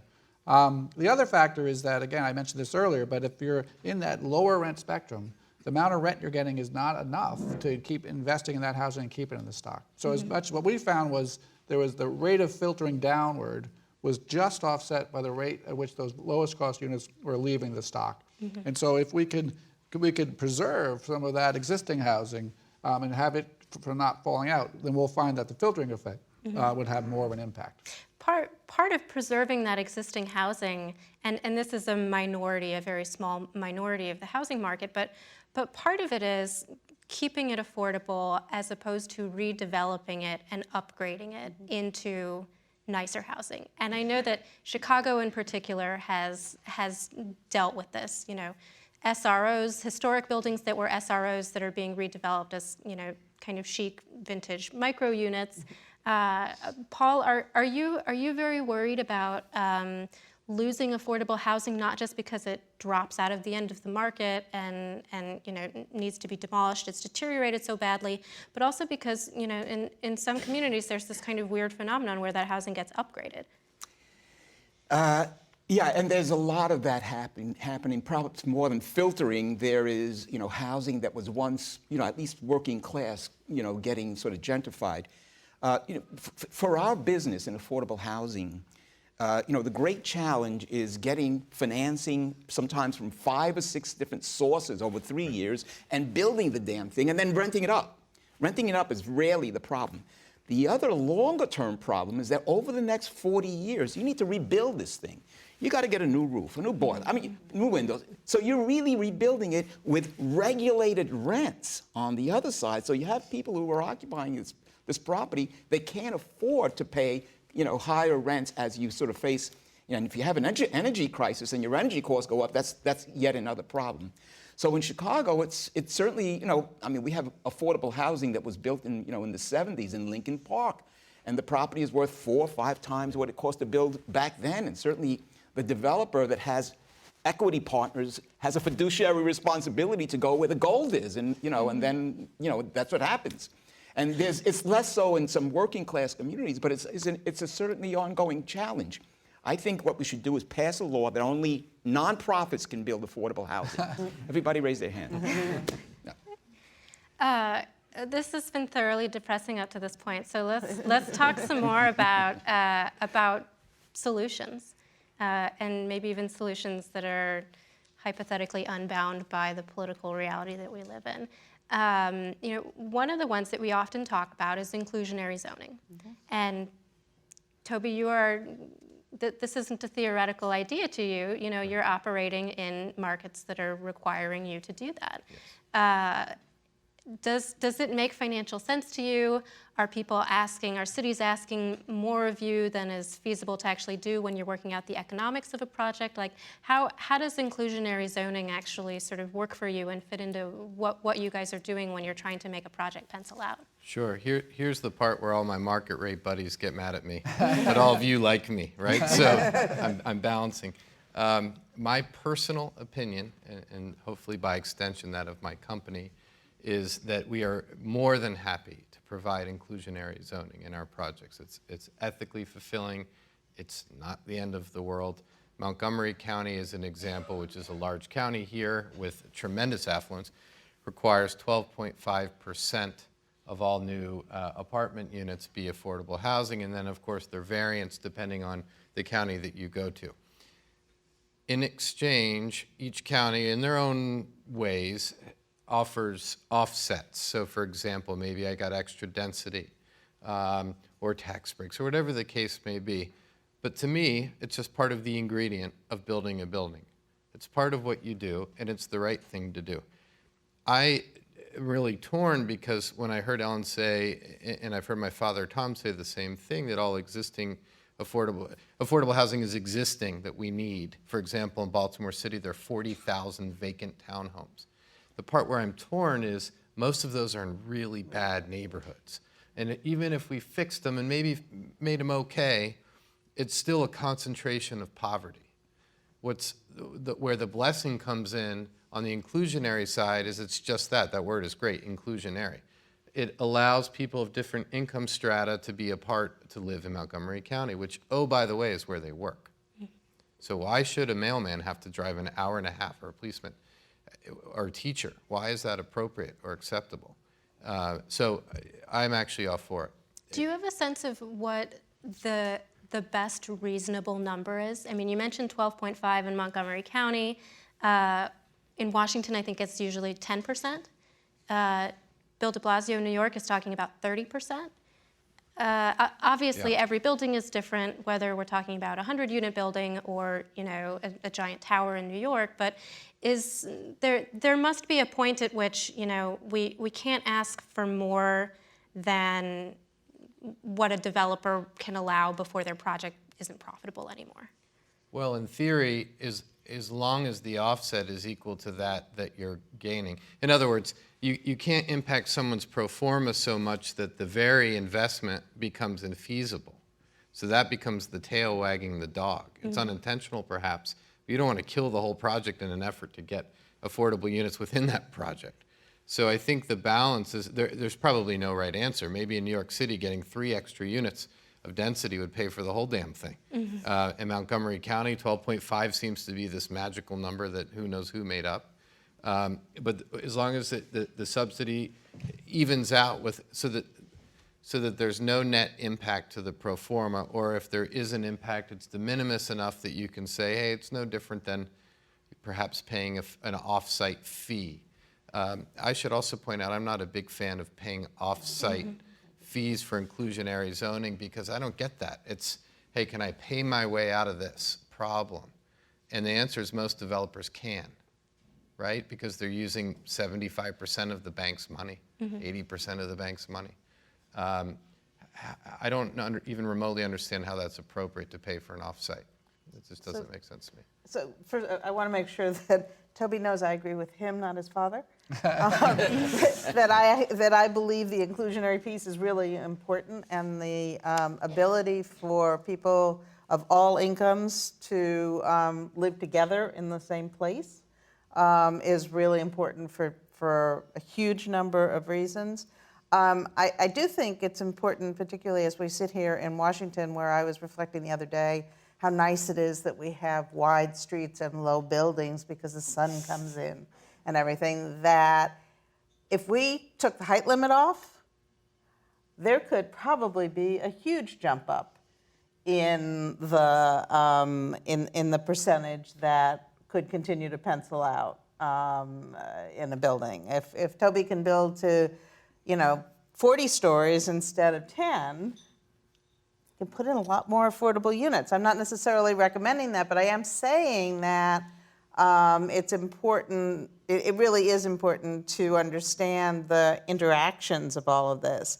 Conversely, if we decide for greenhouse gas reasons or other reasons that we're going to only require 1 parking spot per unit instead of 2 parking spots for all buildings, then to some extent we've taken away a potential incentive for affordable buildings. So, I mean, it all melds together. I also think that a very special case of inclusion that we've absolutely got to pay attention to is transit-oriented development. Building on top of a transit stop is a hugely beneficial thing in terms of both the developer and the potential tenants. And all too often, the transit stops are, if not in, they're surrounded by older affordable housing. And Arlington County in particular has done a nice job of thinking through that. But I think the rest of us have to also really pay attention to not excluding from transit the very people who are A, most likely to use it, and B, most in need of it. This also, to some extent, goes to a slightly different issue about the drive till you can afford phenomenon.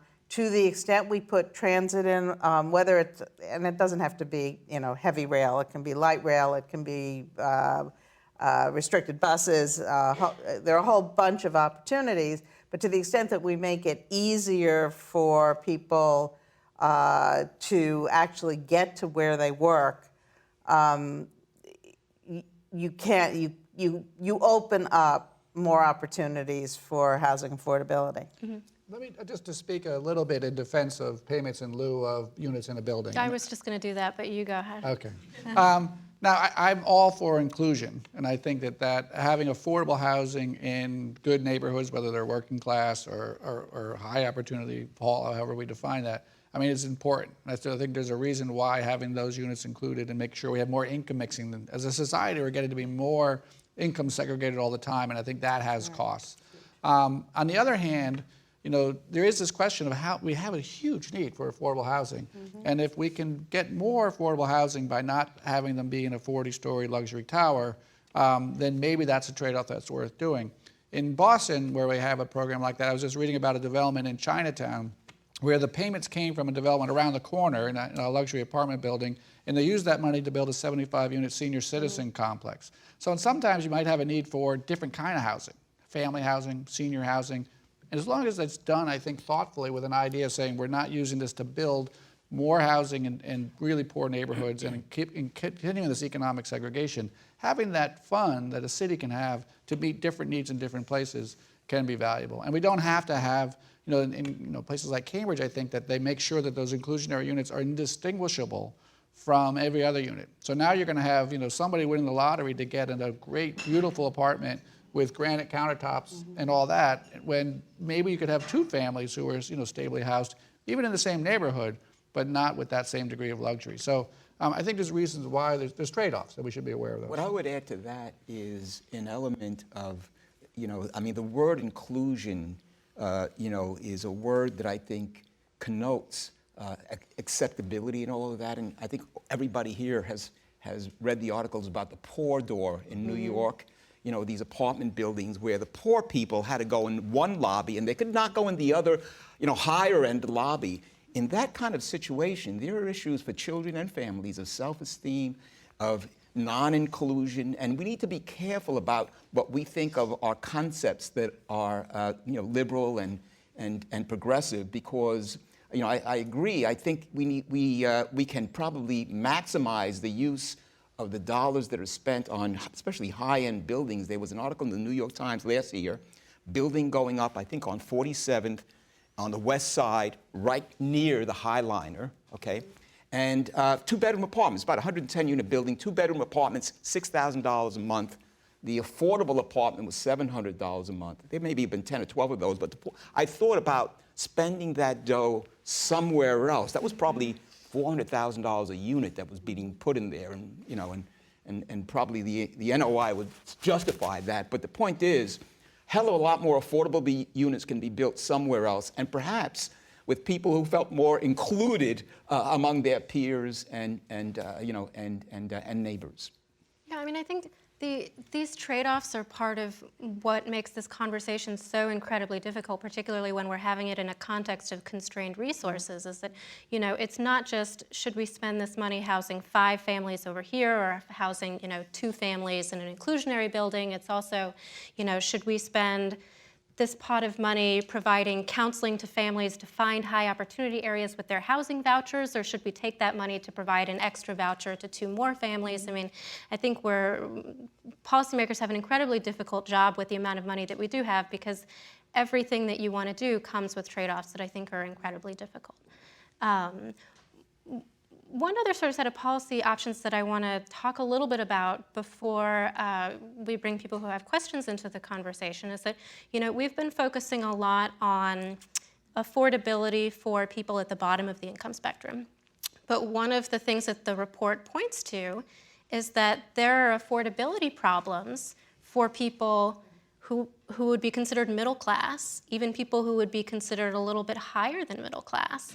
And if we have a hard time talking about policy solutions and public investments and housing for the poor, I don't know how we're going to have this conversation when we're talking about providing affordable housing to a family that makes $80,000 a year in San Francisco. Chris, have you thought about there's a problem that needs to be solved here also by public policy involving people who are not poor? Absolutely, and it's a very challenging conundrum. All else equal, I think that we need to think about solutions all across the income spectrum, in part because the need is there, in part because I think it makes everyone, frankly, buy into these programs. I mean, there's a reason why we have, broader eligibility for programs, because then it makes it not just my issue, but all of our issues. That said, as you said, in this resource-constrained world we're in, if you're saying that we're going to, not be able to help these families who are struggling to put food on the table, to help a family making $80,000 a year, it's hard to justify that to some degree. I think there are, broader societal issues, though, that we also have to factor in. And, this question about whether or not we're going to have communities that are so balkanized.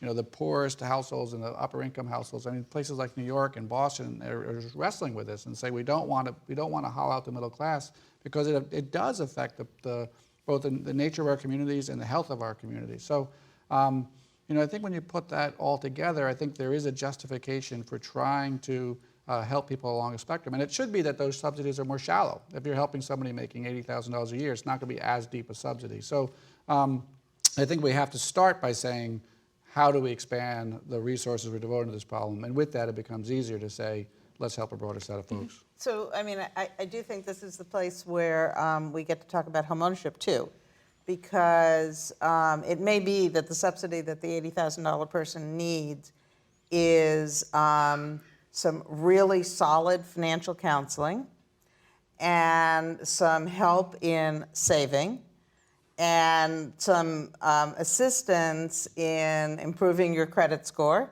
and doing a bunch of things that can enable you to move into homeownership in a sustainable way.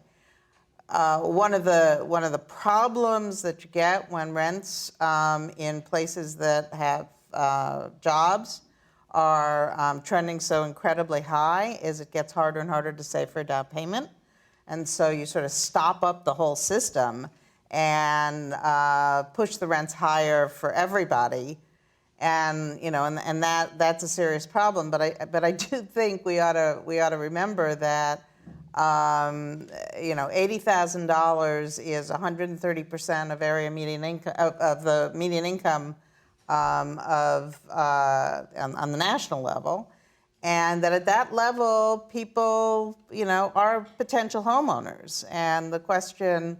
And we ought to be thinking about, instead of thinking about how to subsidize them in rental forever, whether there are short-term or significantly less expensive short-term ways of helping them move into sustainable homeownership. One of the other questions that you posed, Ellen, when we were talking about this before the panel that I want to broach is, what about rent control?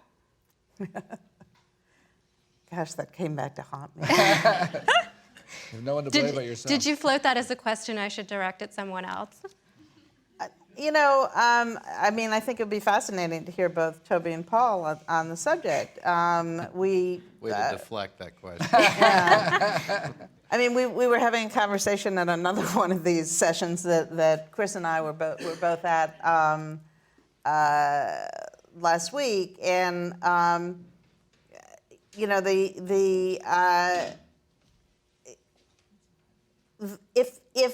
if one of the reasons people move into homeownership is for stability, are there alternative ways of providing stability for those who don't want to own a home, who live in portions of the country like Manhattan, where, frankly, you know, not a whole hell of a lot of people, even rich people, own their own homes? And so then so I raised this, and Chris said, but we don't have a tenure system in this country that allows you to be a renter with stability. To which I responded, yes, we've got New York.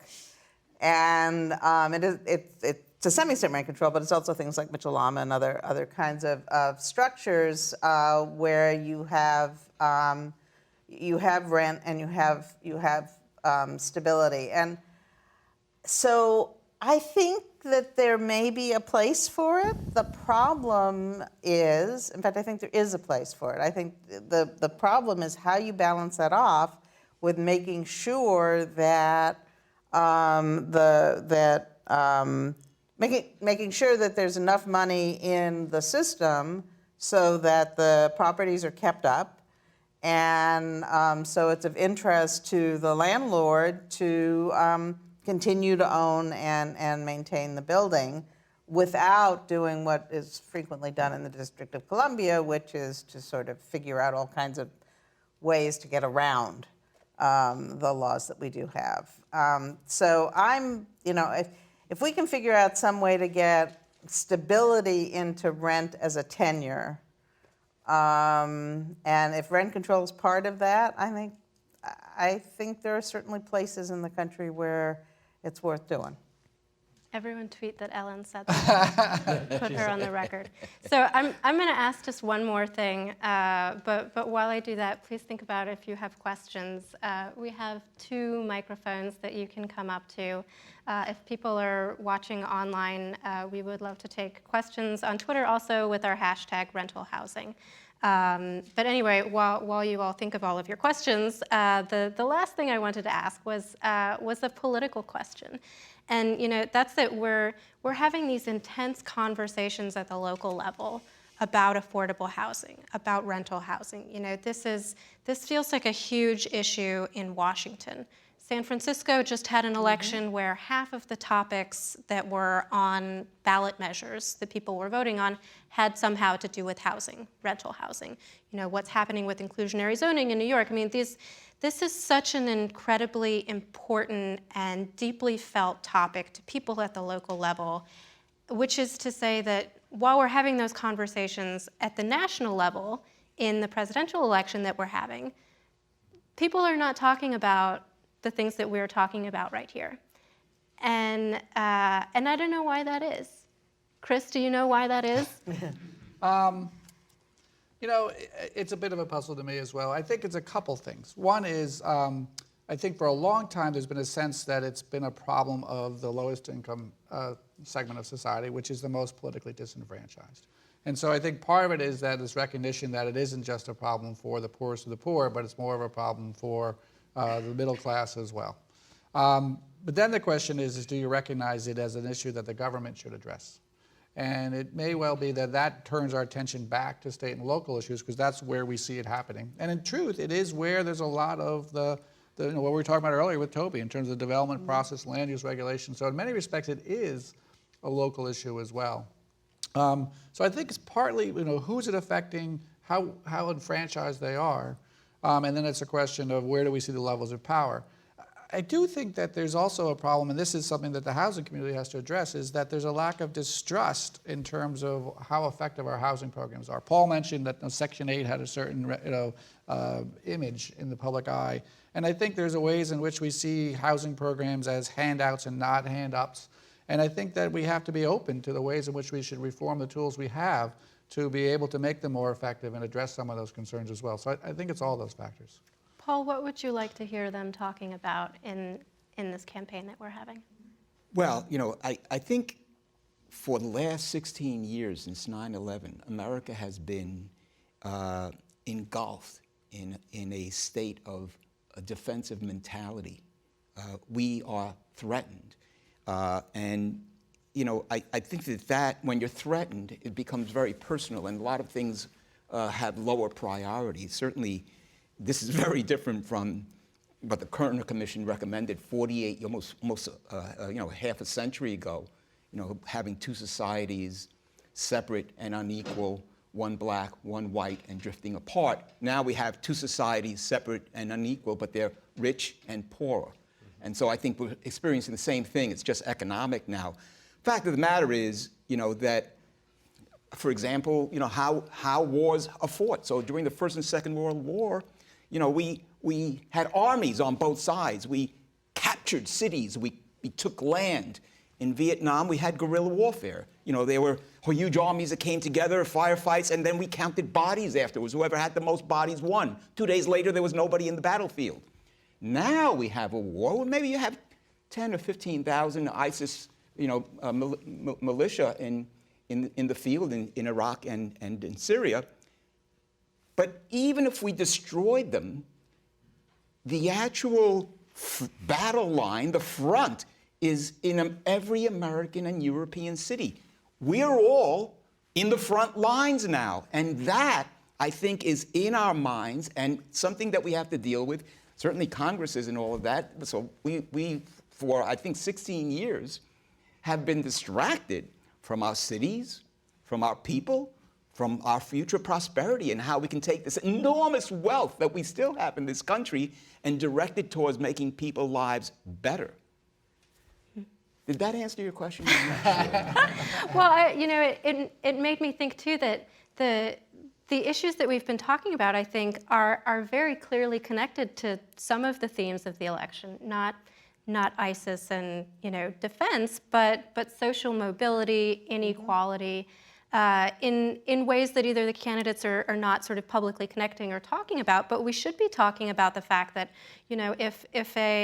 if a low-income person can't move to San Francisco, where their job prospects are a lot better because they can't afford to live there, that is a problem of income mobility, of social mobility, of inequality. And I think it would make all the sense in the world to be talking about these issues in that context. I just wanted to add one point. This did enter the presidential dialogue. About a day ago or 2 days ago, Bernie Sanders went to Baltimore, where I live, and he visited the neighborhoods, Sandtown, Winchester, where Freddie Gray died. It took that to happen. Like the walls had to be shaken, by the community for anyone to wake up. And then you only had one politician. I can't even imagine what Donald Trump's doing at the same time somewhere else. Mm-hmm. So it took someone on perhaps the social extreme to come and acknowledge it. But I think something like this report begins to open up people's eyes. You asked me earlier, you said, how are you feeling? And I said, I'm optimistic about my business and pessimistic about humanity. I don't mean just totally to put a damper on it, but this this report really illuminated the haves and the have-nots, and it's as simple as that, or as complicated as that. Well, we have about 10 minutes left. If anyone has any questions, we would love to bring more people into the conversation. Could you come up to the microphone? Right here and there. If anybody has a question, just queue up there so we can hear you. Yeah, and please just let us know who you are.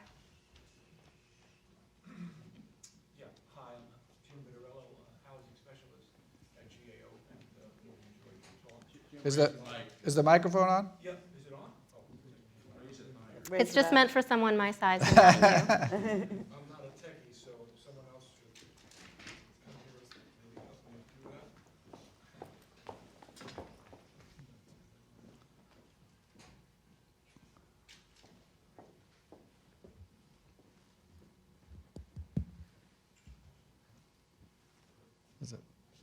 that. Is that microphone working over here, Heidi? This one is working? Should I come over there? Please do. Sure. We'll let the Sorry to make you run. Okay, once again, Better. I'm Jim Vitarello. I'm a housing specialist at GAO and really enjoyed your talk. And we're looking at rental housing now at GAO. We're actually going to be having a internal policy conference in February for 2 days, where we'll be looking at rental housing and talk about a lot of these issues, particularly things like high opportunity areas and high poverty areas, et cetera. And one thing that's come up in our research is the whole phenomena of mixed income housing.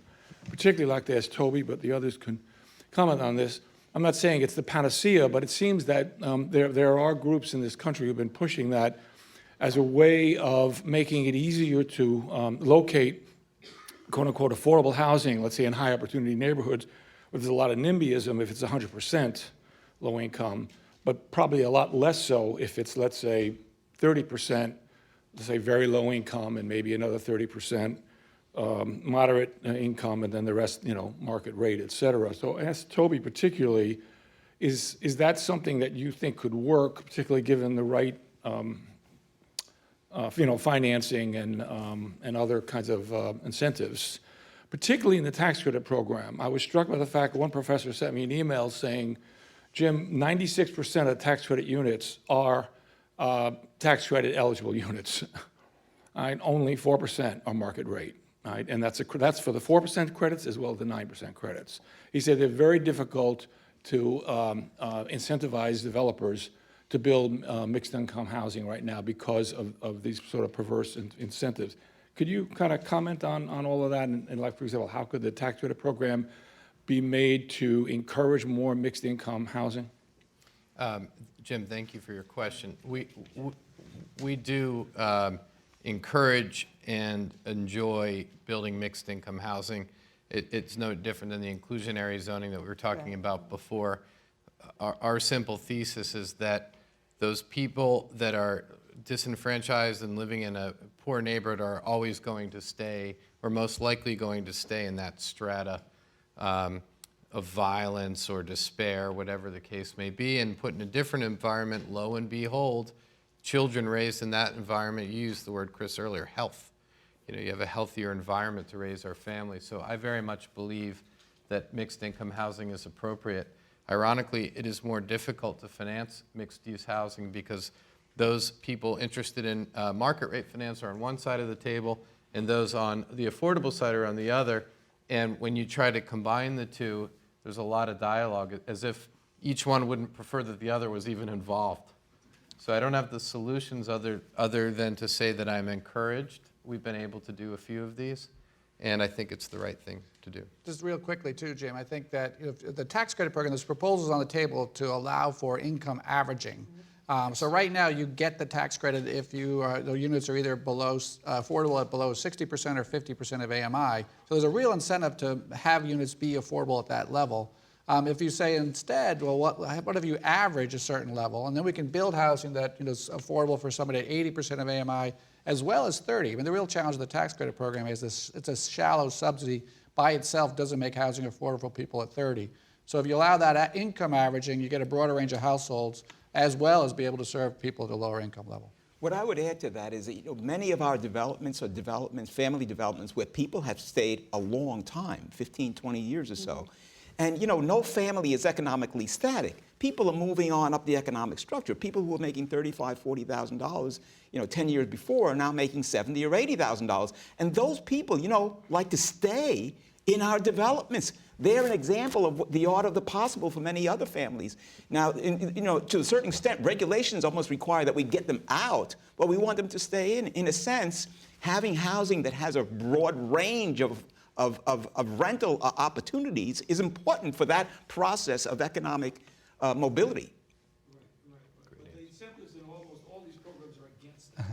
That's the big thing. Jim, you're not mic'd, so we can't hear you. So, But daycare is a very important part of that, by the way. Families need to have somebody take care of their kids if they're going to work. Yeah. Time for another grade. Thank you. My name's David Lipsetz. I work in the Rural Housing Service at the U.S. Department of Agriculture. Fantastic panel.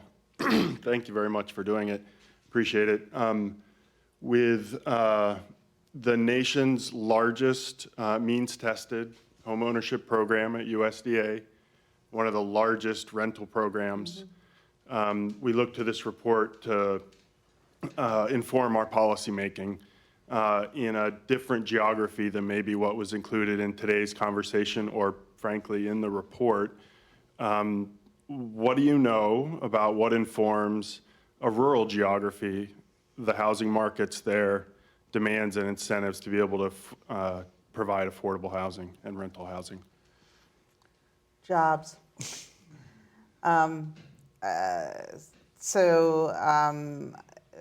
This is to some extent an N equals 1, but I spend a good deal of time in Maine, and the issues that we face in terms of housing there are jobs and opportunities. The mismatch with an older population of being in houses that are too big, too drafty, too expensive to operate, and too far away from amenities. And then with respect to the subsidized housing, the RHS housing, it's a little bit like the problem that I raised with respect to the urban 2 to 4s, which is you have older landlords who are less able to keep those things going, and how you transition them to stay in the affordable housing stock while simultaneously being physically improved is very difficult. But I really do think the jobs issue is number 1. Just real briefly, I do apologize that we didn't have as much emphasis or enough emphasis on rural housing in the report. I think it is an important issue, and one that, as looking back on it, we didn't cover as much as we could have. I think there are particular issues in rural areas. Certainly, incomes are lowered. The jobs question is an important one. And then there's a question of scale. When you think about a lot of our assisted housing programs, the complexity that we've talked about drives you to have bigger scale, to spread that complexity over more units. Harder to do in rural areas. And so in some sense, I think we need to think about simpler programs too that will work on a smaller scale in more places. So you have one more question coming up? Hi, Sheila Crowley, National Low-Income Housing Coalition. I have a question for you, Emily. So you are this rare person in the media who is known to cover housing issues. That's why we're all inviting you to come to our events. So why is it that what is it that inspired you to do that, and how can we help others of your ilk take on this question? Our impression in the housing world is that we get short shrift in the media, and that doesn't get as much exposure as other social issues, even though we think we are as important. Thanks.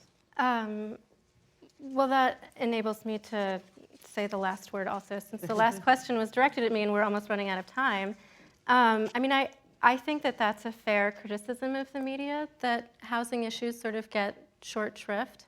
When I think about the various agencies in Washington and what you cover, the person who keeps an eye on HUD is not the person who winds up on the front page on a regular basis relative to a lot of other things that are in the news. But one thing that I would say is that to me these issues feel like they are growing more and more important, and it is easier and easier for me to make the case for why the things that we're talking about are a big deal.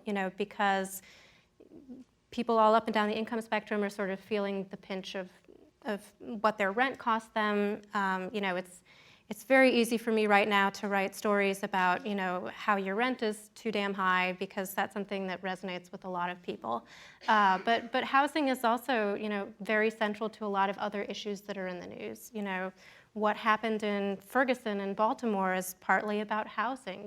Questions about inequality and racial segregation are questions about housing. Raj Chetty's work about social mobility and creating economic opportunity for poor kids, a lot of that has to do with housing too. So I guess I would say, very briefly in sum that, yes, I agree with you But I also think it's getting easier to make the case for why we should talk about housing. And if you are really interested in this also, just as I'm suggesting we should be doing with the presidential candidates, we should be pointing out, why housing is connected to all of these other things that people don't think housing has anything to do with. But anyway, on that note, we have... Well, let me just add, Yeah. Sheila said the reason we invite you to do this is because you're one of the rare people talking about housing, but I think we also invite you to do this because you're really fabulous at this. You have a really good grasp of the issues. You ask great questions, and so just on behalf of the Joint Center, thank you not only for your work, but thank you for being with us here today. It was terrific. Well, thank you.